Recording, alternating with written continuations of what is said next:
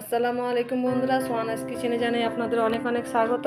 আজকে আমি একেবারে সহজভাবে বানিয়ে দেখাবো জালি পিঠার রেসিপি। মাত্র 3টি উপকরণ দিয়ে বানিয়ে নেওয়া যাবে এই পিঠাটি। চলুন দেখে নিই কী কী উপকরণ লাগবে। এখানে নিয়ে নিচ্ছি 100 গ্রামের মতো ময়দা, 25 গ্রামের মতো চালের গুঁড়ি, নেব একটু জল আর সামান্য একটু লবণ।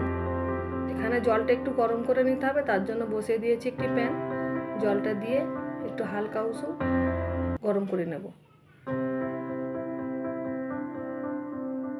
একটি মিক্সিং বোল নিয়ে নিয়েছি, তার মধ্যে উপকরণগুলি এক এক করে দিয়ে দেব।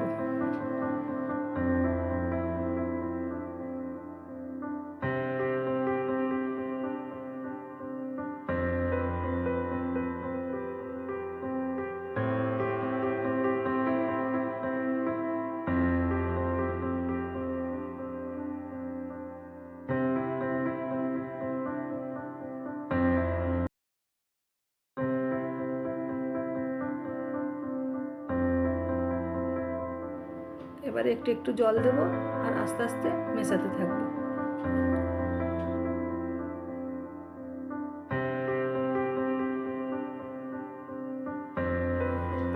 ব্যাটারটা ঠিক এই রকম হবে, খুব ঘনও না খুব পাতলাও না। এবারে একটা ছাঁকনি দিয়ে ছেঁকে নেব।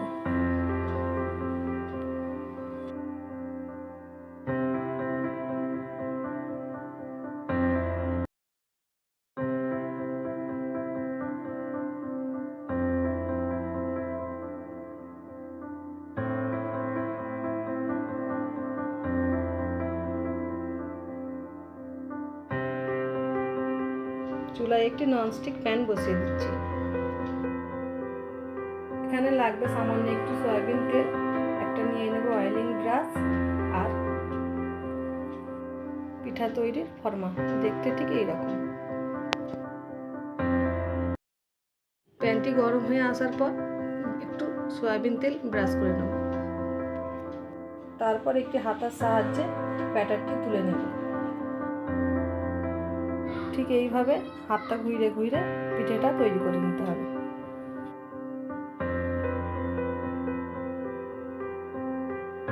মিনিট হতে দেব। একটি খুন্তির সাহায্যে পিঠেটা এইভাবে তুলে নেব। দেখুন কত সহজভাবে হয়ে গেল এই জালি পিঠা।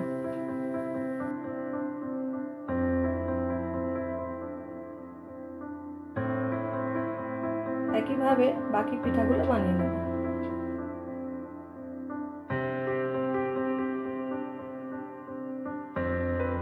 মাঝে মাঝে একটু করে তেল ব্রাশ করে নেব।